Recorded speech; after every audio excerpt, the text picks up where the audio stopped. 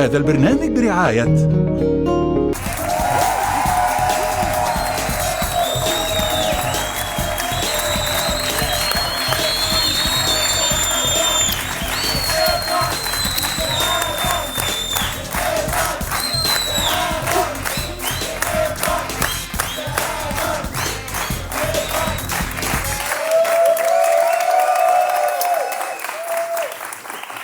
اهلا وسهلا. اهلا بيك، نورتنا. الله يخليك، وانتوا اللي منورين يا والشباب الجميل. اجمد نجم كوميدي في مصر. ربنا يخليك يا رب، الله يكرمك. أهلا يا رب بيك. نبقى كده فعلا. لا طبعا كده. بص بقى، قبل ما نبتدي حلقتنا يعني عايزه اقول لك ان برنامجنا ليه قواعد خاصه. تعال نسمعها حالا من الجوكر نفسه. قواعد قواعد لعبة الجوكر. قدامك 3 مجموعات من الأسئلة على 3 كروت مقلوبة من كروت الكوتشينة، ترمز للكارو والهارد والتريفل. في الفقرة الأولى هتختار مجموعة أسئلة من بين ال3، في الفقرة الثانية هتختار مجموعة أسئلة من بين ال2، أما الفقرة الثالثة فالأسئلة فيها إجباري، يعني مالكش أي اختيار. من حقك تستخدم كارت الجوكر مرة واحدة فقط طول الحلقة للاعتراض على سؤال مش عاجبك ومش عاوز ترد عليه. الجمهور اللي معانا في الاستوديو هيصوت بعد كل فقرة على درجة مصداقية الإجابات من خلال مؤشر هيظهر قدامنا على الشاشة. ادي قواعد لعبتنا. فكرك انا فهمت حاجه؟ مش مهم، والله خليك أنا معايا باظت خطوه خطوه. هيطلع دلوقتي على الشاشه 3 كروت كوتشينه. قمار. كل كارت فيه مجموعه من الاسئله. وعليك انك تختار كارت فيهم. عندك كارت الهارت والكارت الثاني التريفل والثالث الكارو. تبدا بايه؟ خلينا في الكارو. خلينا في الكارو. أول سؤال في الكارو بيحمل مجموعة من الأسئلة الخاصة بآرائك وقناعاتك. وأول سؤال معانا، وقبل ما أقوله المفروض إنك تجاوب على كل سؤال 30 ثانية، ما تزيدش يعني، على طول. أوكي؟ في كرباج بالمرة؟ والله في حاجة حد معايا. يعذبنا، لا، حد وفي حاجة يعذبنا، كمان، حد يطلق علينا مية. في كارت جوكر تقدر تستخدمه في أي وقت. كارت الجوكر معاك تستخدمه طول الحلقة. يعني لا، السؤال اللي مش عاجبني اقول الجوكر فيتغير مثلا؟ لا، هو كارت واحد بس. مرة واحدة بس طول الحلقة. طول الحلقة بالظبط، من هنا لغاية آخر النهار. ماشي. أول سؤال معانا. رأيك إيه في تجربة برنامجك بني آدم شو واللي حقق نجاح كبير؟ تجربة كنت حاببها وكان نفسي أعمل ده من زمان بصراحة، فعملتها وربنا وفقني فيها وهي لأنها تجربة جديدة ومتعبة وصعب حد يعملها بجد يعني. وفي الوطن العربي بالذات كان الستاند اب كوميدي بالذات ما بياخدش حقه، او هو صعب يعني، مش اي حد يعمل ستاند اب كوميدي فعلا دي فهو كنت حابب انا من زمان وكان كتير قوي بيأهلوني يقولوا لي انك انت يعني انت الوحيد اللي تصلح للحكايه ديت. فكان نفسي اعملها مسرح اساسا، فطبعا ظروف المسرح ما كانتش تنفع وجمهور والتايم انتهى، ال 30 ثانيه انتهت. ما تنساش قواعد لعبتنا. دماغي راحت بعيد. ما تنساش. طب دي فيها درجات لما انا افضل افلط مهم جدا انك تلتزم بيها. انا ما بسكتش الا لما حد يضربني بالقلم. ما السؤال اللي بعده. السؤال اللي بعده، خليك معايا. لك فيلم جميل اسمه معلش احنا بنتبهدل. تفتكر اننا لسه لحد النهارده بنتبهدل حتى بعد الثوره؟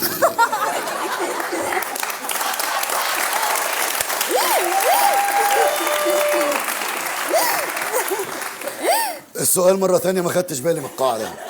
اعتبريها قاعدة جديدة. لو مش حابه نعديه لا خالص. لا يعني بصي يعني ربنا يستر من اللي جاي. بنتبهدل لسه احنا ما شفناش بهدلة.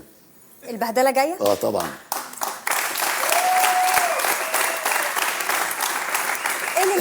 الا اما انا اشوف انا هوري شويه بس علشان لا اصل النتائج بتؤدي لمقدمات بسرعه شديده جدا كده. اللي انا شايفه ده دلوقتي ما فيش حد بيتفق مع حد على اي حاجه في اي حته في اي موضوع في اي مكان في اي مصاعب في اي مرات في اي حته. كله بيتكلم.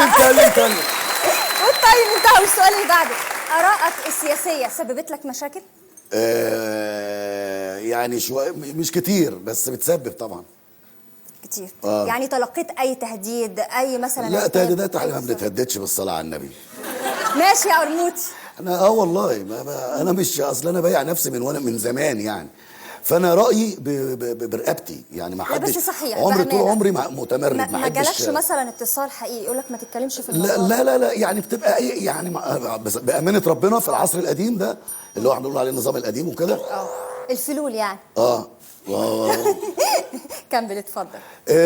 لا عمري ما ادعي ان في حد مثلا قال لي انت قلت ايه او عملت ايه او الا يعني مره ممكن اكون شتيت شويه مع فتح سرور مع يعني ايه كده مع نظيف. مصر رايحه فين؟ تاني برضه نفس السؤال، ما هو ده من الاسئله برضه اللي احنا عمالين نلخبط فيها. المقدمات بتؤدي النتائج.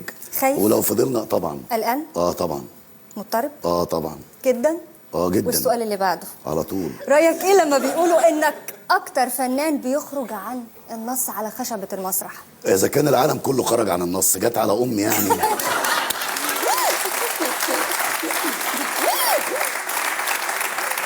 مين اللي ماشي على نص؟ اكتر مسرحيه بقينا خرجت فيها على بنتكلم في النص. كل حاجه. ايوه، اكتر مسرحيه خرجت فيها على النص خروج ساحق. يعني كتير. زي فيما يبدو حوضة كرامة. حوضة كرامة ديت كانت رواية، يعني في أيامها كانت الناس بتذهل إن الكلام ده بيتقال على المسرح. بكلمك بأمانة. زي ايه طيب؟ لا اللي هو بيتنبأ بكل إن يعني يكفي أقول لك مثلا إن كان الاستعراض الأخير بتاع حوضة كرامة بيقول غير، خش بوشك ليه تتضير، ما تصدرش الطرش يا سيدنا، واعرف بقى إيه اللي يفيدنا، خد من الماضي وعيش العصر، واحلم تاني بأجمل مصر، علم ابنك أيوة ولا، خليك دايما ويا الحق. يعني ايه، بص الكلام معمول ايه بغير والكلام اللي اتقال. المونولوج اللي كنت بقوله في حوضة كرامة على تمثال ابو الهول، يعني مونولوج اللي هو ايام ايجيبشياني وعايز لي فوق الايجيبشياني جنسيه تاني، مع ان كنت في قديم اواني فرعون زماني وكنت اول والكل تاني.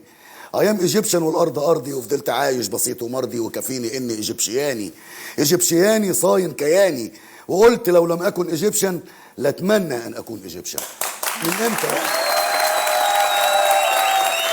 على فكره والله انا ما بحبش اتكلم عن اعمالي كتير، لان انا بقى دايما اقول انا بعمل والناس تستقبل الاستقبال، بس ايه انا كان في حاسس ان كان في تجاهل متعمد ان روايه زي حوضة كرامه ديت رغم انها نجحت 4 سنين الا انها يعني اترفضت في التلفزيون المصري. يعني الكلام اللي كان بيتقال كان صعب قوي، يا دوبك يعني يسمعوا ناس في مسرح، وطبعا الرقابه شالت حاجات كتيره في التصوير، لكن انا عايز اقول ايه، كان في مساحه حريه، وكان اقول لك في مساحه حريه يمكن اكتر من دلوقتي. دلوقتي الواحد عشان يقول رايه ولازم نبقى صراحه كلنا مع بعض ولا يبقى بندفن راسنا في الرمل.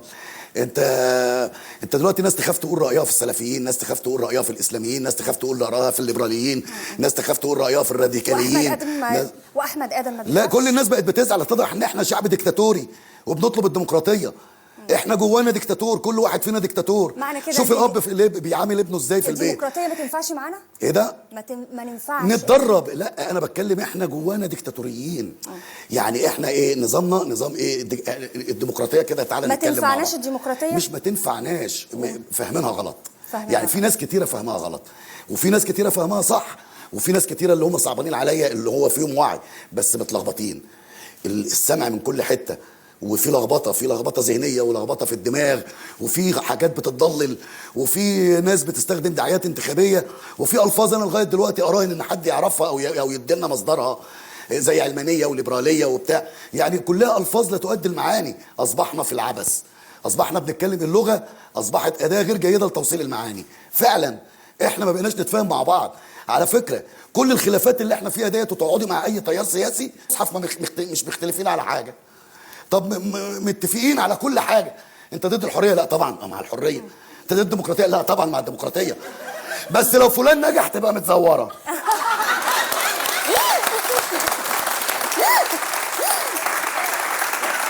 ويفضل كده لاخر الحلقه. مستريح كده؟ متزوره. الكرسي مريحك؟ الكرسي مريحك؟ طبعا. هنسيب تزوير الانتخابات ونروح لتصويت الجمهور ونشوف هيتزور في مؤشر مصداقيتك ولا لا. هو ده كمان مش طبعا الجمهور ده اهم حاجه. هنشوف. تفتكر هيوصل لكام في المية؟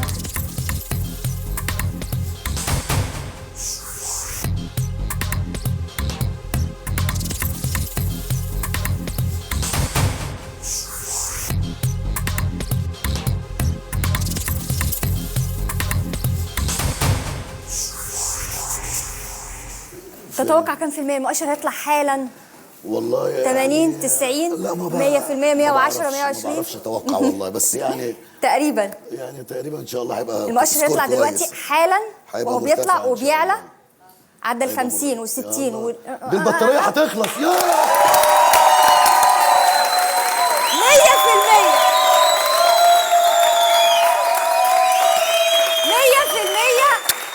من جمهورك مقتنع بإجابات الفنان أحمد آدم. والله ده بصي انا اصلي طول عمري مراهن عليه يعني مش مزورة المرة دي؟ والله مزوره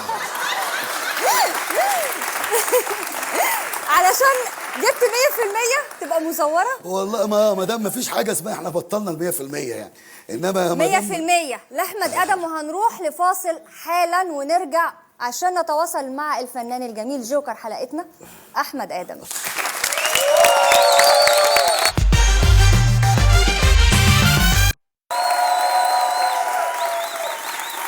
ورجعنا مرة تانية مع الجوكر أحمد آدم، وهنروح حالا للفقرة التانية. احنا اخترنا كارت الكارو، باقي الهارت والتريفل. تختار ايه؟ خش على القلب. على القلب. دخلنا على القلب والأسئلة. ما اعرفش ليه القلب مرتبط ولا ده كهن وهنخش حالا على كارت الهارت. برضه خلطنا بين الكهن وخلي بالك خلي بالك لو حصل لا قدر الله واتخانقت مع زوجتك ممكن تتخانقوا على ايه، او يكون ايه السبب؟ الغيره مثلا؟ الغيره ساعات بتبقى معظمها عن غيره يعني. بتغير عليك قوي؟ ما اعرفش ليه. يعني قصير وبنضاره واقرع، يعني ما اعرفش ايه يعني شايفه مين هيخطفني منك، ما اعرفش، مش عارف.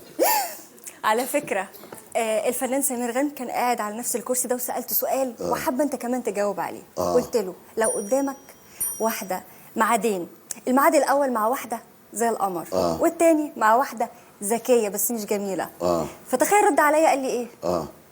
قال لي الذكيه. انت مصدقه؟ لا. اصل الذكيه دي وانا هتجوزها؟ هي القمر هنقعد معاها ساعه وكل واحد يروح لحاله وخلاص بقى يا جماعه هم يعني شربنا كوبايه شاي مع بعض وليمون وبتاع ولذيذه ولازم تبقى جميله، انما يعني ذكيه ما تبقى غبيه عادي يعني. أكيد ساعه يعني. وهنمشي يعني. لكن لو هترتبط بيها لازم تبقى ذكيه طبعا. طيب انت بس برضه الجميله افضل يعني. أيوة. انت مع المثل اللي بيقول وراء كل عظيم امراه؟ اكيد. وزوجتك كانت وراء نجاحك؟ طبعا ولا انكر، ما ينفعش اهزر في الحكايه دي لانها بجد يعني. اتفضل. دي اللي شقت معايا وانا عملت يعني ايه معاك عملت ايه؟ لا صبرت عليا وصبرت على شغلتي، وشغلتنا دي شغلانه ممله وشغلانه صعب زوجة تتفاهم فيها، معجبين وفيها معجبات وفيها نجوميه وفيها فتنه، والحاجات دي كلها بتاثر على البيت طبعا، فانها تصبر وان هي حاسه ان انا بحبها وهي بتحبني، لان احنا نعرف بعض من ايام الجامعه يعني يعني من زمان. قصه حب بقى جامده. يعني متجوزين من قبل ما اشتهر وقبل يعني. طيب. وعاشت معايا. التايم انتهى وعايزه اعرف زوجتك لما بتكون عايزه تنكد عليك بتعمل ايه معاك؟ لا هي ما تقدرش تنكد عليا، انا بنكد عليها على طول يعني.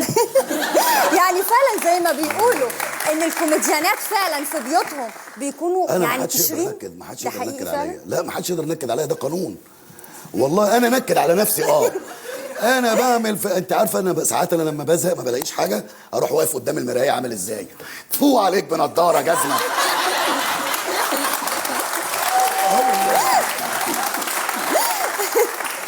والله ساعات يعني، لكن ايه ما حدش ينكد.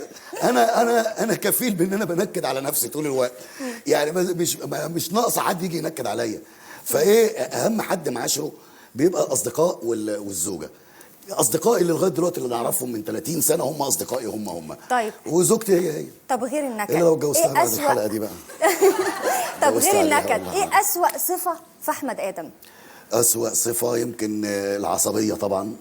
لا دي أسوأ صفة طبعا، وساعات بكرهها، بس هي بتحل لي أمور كتيرة. ساعات بتحل لي، ازاي بتحل لك؟ بتحل لي لأن أنا ببقى برج الثور يعني. لما صبري بينفد يعني بصبر كتير جدا، صبور يعني، لكن بصور على أتفه الأسباب يعني. ممكن أبقى إيه شايل وبعدين يجي على موضوع بقى أحس إن فيه جرح في كبريائي أو في كرامتي يعني. اللي قدامي ده أنت للدرجة دي ما أنتش مقدر إن أنا معدي لك، ما انتش مقدر، انت عمال يعني تكلمني على الواحده وانت اخطات في حقي في حاجات كتير. والتايم انتهى، وبيقولوا ان نجمك خفيف، ده صحيح؟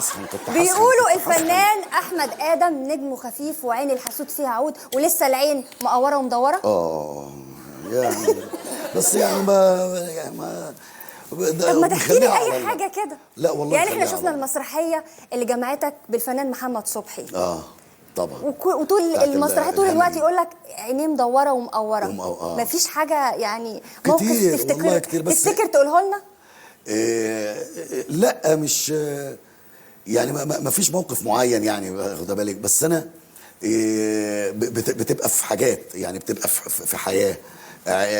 مثلا يعني اقول لك حاجه، مثلا مره واحد صاحبي شافني وانا بسافر وانا مسافر يعني، فقال لي ما شاء الله انت الفن احلى حاجه. كان صاحبي من ايام الجامعه. ما شاء الله كل ما اسال عليك اعرف انك مسافر وبتاع. قعدت 20 سنه ما سافرتش بعدها. والله بجد 20 سنه كاره السفر، تخيل. طب كويس ان الطياره ما حصلهاش حاجه. كويس ان الطياره ما حصلهاش حاجه. دي وقعت. والله سمعت ايه والله ده الصوت. على فكره بقى في اشاعه طالعه عليك. يلا انا بيطلع عليا اشاعات جامده قوي، بس مش عارفه دي صح ولا لا. نفسي يطلع عليا اشاعه. بيقولوا ان نقطه ضعف احمد ادم الستات، ده صحيح؟ انا بحب الستات جدا طبعا. طبعا، وده حاجه تتنكر. قول لي بقى، ورثت خفه دمك دي منين؟ من والدتك؟ من امي. فعلا ده صحيح. امي بيقولوا كانت كوميديانه جامده قوي، حاجه فظيعه الله يرحمها بقى. وفقدتها يمكن كمان في وقت، يعني انا يعني امي ماتت وانا في اولى ثانوي تقريبا. وكان بقى في عز احتياجي ليها، لان هي كانت هي اللي فاهمه دماغي وهي اللي فاهماني وهي اللي وعتني يعني ايه بتمثيل، يعني هي اللي شجعتني. فهي كان دمها خفيف جدا يعني. طب واولادك ورثوا خفه الدم برضه؟ ساره دمها خفيف جدا، واسلام دمه شربات يعني، مش عارف مع انه شكله جان بس مدي على شربات ما اعرفش. والتايم انتهى. والسؤال الاخير ليك، حسيت بايه لما اسلام اتجوز؟ والله عارفه بيصعبوا عليا اكتر، ما يعني لان دايما كنت اقول ايه يا ترى ايه اللي جاي، يا ترى القدر مخبي لهم ايه، يا ترى هيبقى ده الفرح ولا يعني دايما بتبقى المساله. انا دايما كده يعني نكدي في عز فرحي، رغم ان انا بان العكس. يعني انا لو ما كنتش حاسس، لو ما كنتش راجل ساخر من وربنا حاطط فيها السخريه حتى من نفسي، انا كان زماني من اللي طقوا وماتوا يعني. لكن انا مريت بظروف في حياتي السخريه هي اللي عدتني من الليله يعني. لكن دايما في لحظات الفرح الكبيره، لحظات نجاح الكبيره، لحظات فرحه حد مش مع ابني بس والله، مع اي حد، بفضل اقول يا رب سعيدهم، يا رب الفرحه دي تدوم. لان بنشوف افراح كتيره بتتعمل وبعد كده ما بتدومش، فببقى متمنى لهم السعاده يعني. احمد ادم، قبل ما نروح لتصويت الجمهور، انت غنيت كتير في افلامك. غنيت للخضار وغنيت لعمر. تغني لمين النهارده؟ انا طول عمري بحب المغنى وبقول بدل الليل يا نهار، واما كتر الغنى على الفاكهه قلت اغنى انا للخضار، خضار الخضار. وهنروح حالا لتصويت الجمهور ونشوف مؤشر المصداقيه لاحمد ادم كام في المية.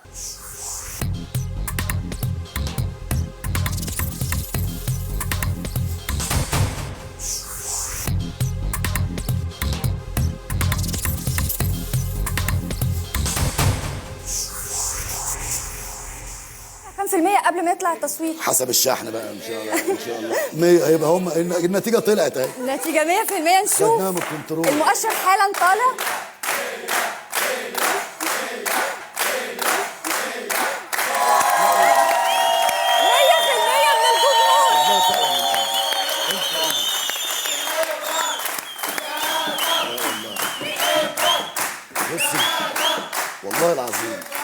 والله العظيم ان انا في حياتي اللي خلقها ربنا ما قلت كلمه غير من قلبي، والناس ديت حاسه كده. بس يعني انا اللي محببني ان انا طول عمري براهن على وعي الشباب ده، وعيه على وعي. يعني ممكن يبقوا ما نالهمش فرصه التعليم زي ما احنا اتعلمنا، لان هم اتولدوا في عصر فعلا ما اهتموش بيه في التعليم، انما الوعي اللي عندهم يسبق الصفوه والنخبه.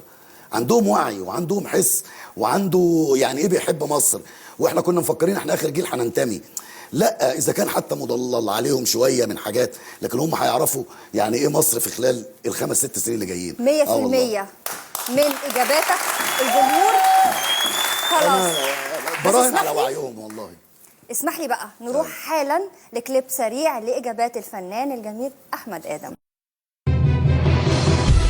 في كرباج بالمره، انا ما بسكتش الا لما حد يضربني بالقلم. بعد الصوت. السؤال مره ثانيه ما خدتش بالي. فو عليك بنضاره جزمه. ما شاء الله، كل ما اسال عليك اعرف انك مسافر وبتاع. قعدت 20 سنه ما سافرتش بعدها. نفسي يطلع على اشياء. انا بحب الستات جدا. انت ضد الحريه؟ لا طبعا مع الحريه. انت ضد الديمقراطيه؟ لا طبعا مع الديمقراطيه. بس لو فلان نجح تبقى متزوره. يعني امي ماتت وانا في اولى ثانوي تقريبا، وكان بقى في عز احتياجي ليها، لان هي كانت هي اللي فاهمه دماغي وهي اللي فهماني، هي اللي شجعتني. ايام ايجيبشياني وعايز لي فوق الايجيبشياني جنسيه تاني، مع ان كنت في قديم اواني فرعون زماني. وصلنا دلوقتي لفقرة الأسئلة السريعة والإجبارية، والإجابة عليها بتكون بنعم أو لا. وعليك إنك تجاوب على أكبر قدر ممكن من الأسئلة في دقيقتين بس. مستعد؟ خلي بالك أنت ما بكرة، استخدمتش أيوة، لا، كارت الجوكر لحد دلوقتي والله، وممكن تستخدمه دلوقتي. مستعد؟ ماشي ان شاء الله. شوف السؤال. أنت ومرعي بتاع الكليمة لسه أصحاب؟ ده طول عمره العدو المخفي. ولا لأ؟ يعني قبل ما الطيم لا. ينتهي، القرموطي مرحلة مش هترجع تاني؟ لا هترجع. ولا لا؟ قبل ما الطيب يخلص. يا ما انا مش فاهم السؤال. القرموطي مرحله مش هترجع تاني؟ لا هترجع يعني. بتتدخل في اي نص قبل ما تمثله؟ في حاجات كتير طبعا. ولا لا؟ الفنان محمد صبحي هو اللي اكتشفك؟ لن تكرر تجربه الوقوف على خشبه مسرح الدوله؟ ولا لا؟ ما عملتش مسرح دوله خالص. ولا لا؟ لا. هل تشعر انك حر؟ في حد سرق مجهودك وضحك عليك؟ عمرك حسيت انك مهزوز؟ لا. مضطرب؟ قلقان؟ تعبان؟ كلمة خد.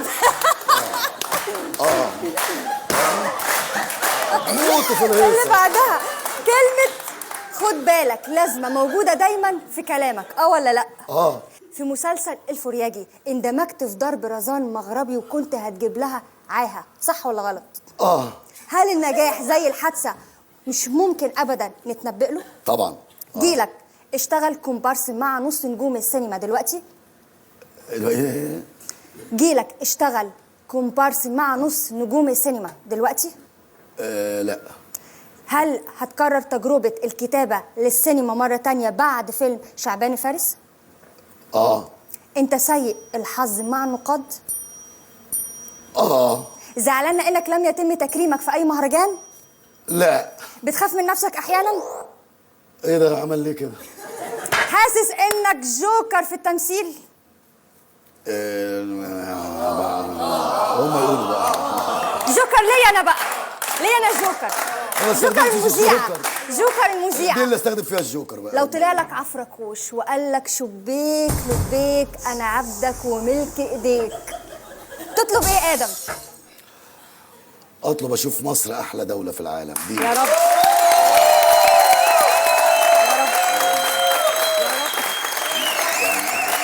هنروح حالا لمؤشر المصداقية لجمهورك ونشوف كام في المية. الجمهور مستعد؟ دول اللي هيستلموا الرايه بقى. هيبقى الفقرة الثالثة برضو 100%، تبقى مشكلة. لا انا مش هيصدقونا. طب اعمل ايه؟ الجمهور في البيوت مش هيصدقنا، يقول احنا كده في تزوير. والله طب نعمل ايه؟ يعني بتأثر يعني.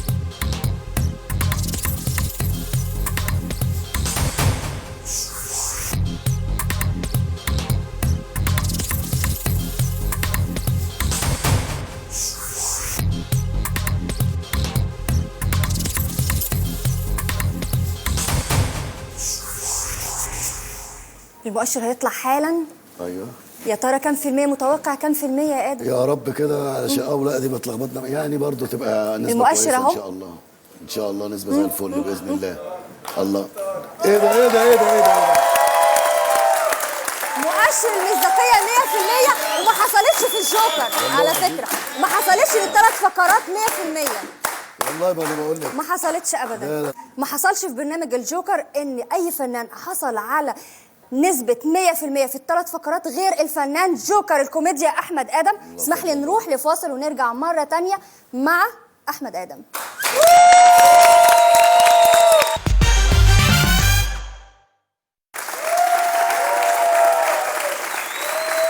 ورجعنا مرة تانية مع جوكر حلقتنا الفنان الجميل أحمد آدم، وهنروح حالا لفقرة الأستاذة رغداء السعيد خبيرة لغة الجسد، واللي هتحلل لينا شخصية الفنان أحمد آدم بكل حركاته وانفعالاته وإيماءاته وهو بيجاوب على أسئلتنا.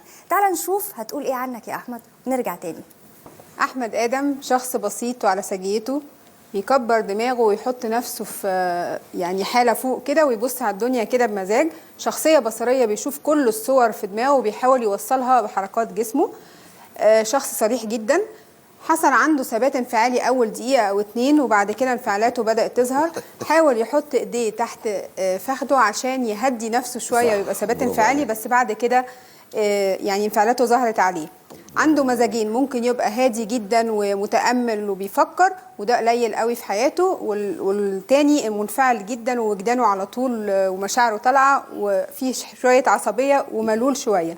تجميع أفكاره بيحصل عن طريق حركة إيده كده أو كده، بيجمع بيها أفكاره عشان يتكلم. لما كان بيتكلم عن العين والحسد حط ايديه كده على دقنه، كانت دي حاله استنكار، وده يمكن السؤال الوحيد اللي حصل فيه استنكار، لان واضح ان الموضوع ده بيضايقه جدا. واخيرا شخصيه احمد ادم شخصيه مرهقه لخبراء لغه الجسد، لان جسمه كله بيتكلم من راسه لرجليه. ومعلش احنا بنتكلم معلش احنا بنتكلم في كلام رغداء. لا طبعا، اولا هي لحظه حاجه برافو عليها جدا جدا جدا. طبعا طبعا طبعا، لان دي كانها كانت يعني داخله جوه دماغي لانها فعلا ايه، بحاول ان انا ما انفع يعني امسك نفسي شويه، وبعدين لما بتكلم بنسى. ففعلا هي لماحه جدا طبعا، والبادي لانجوج عندها يعني هي عارفه لغه حتى الاستنكار في الحته دي، وانا ما خدتش بالي منها، بس انا مش فاكر ان بس هي دي فعلا في الحسد. من الحسد يعني لان هو وقالت كلمه مظبوطه ان بتضايق لما بتكلم في الموضوع ده، لان مؤمن بيه وفي نفس الوقت ما بودلوش دماغي قوي يعني اللي يكتبه ربنا علينا راضيين بيه يعني. ربنا يكفيك شر الحسد، وهديك حالا كلنا يا رب 30 ثانيه تبص الكاميرا الفاصل اللي قدامك دي وتقول مين الجوكر في حياه احمد ادم وليه. الجوكر في ايه يعني؟ في حياتك مين اهم شخص في حياتك؟ في حياتي يعني من اللي عشت معاهم قصدي، ولا ليه، ولا مثل اعلى مثلا من اللي اهم شخص في حياه احمد ادم وليه؟ اهم شخص في حياتي بامانه يعني بيتي، مراتي وولادي. فدول عندي اهم حاجه بصراحه يعني، لان شفت ناس كتير وليا ناس كتير عرفتهم وناس خسرتهم وناس مرينا مع بعض بتجارب. التجربه الاسريه دي تجربه مختلفه تماما، ودايما حتى تلاقيني عشان كده ببقى في معظم اوقاتي منعزل عن الحياه، لان انا بحب الأسرة. شكرا للفنان الجميل احمد ادم. كل سنه وانت طيب، كل سنه وانتم طيبين، واشوفكم مع جوكر جديد.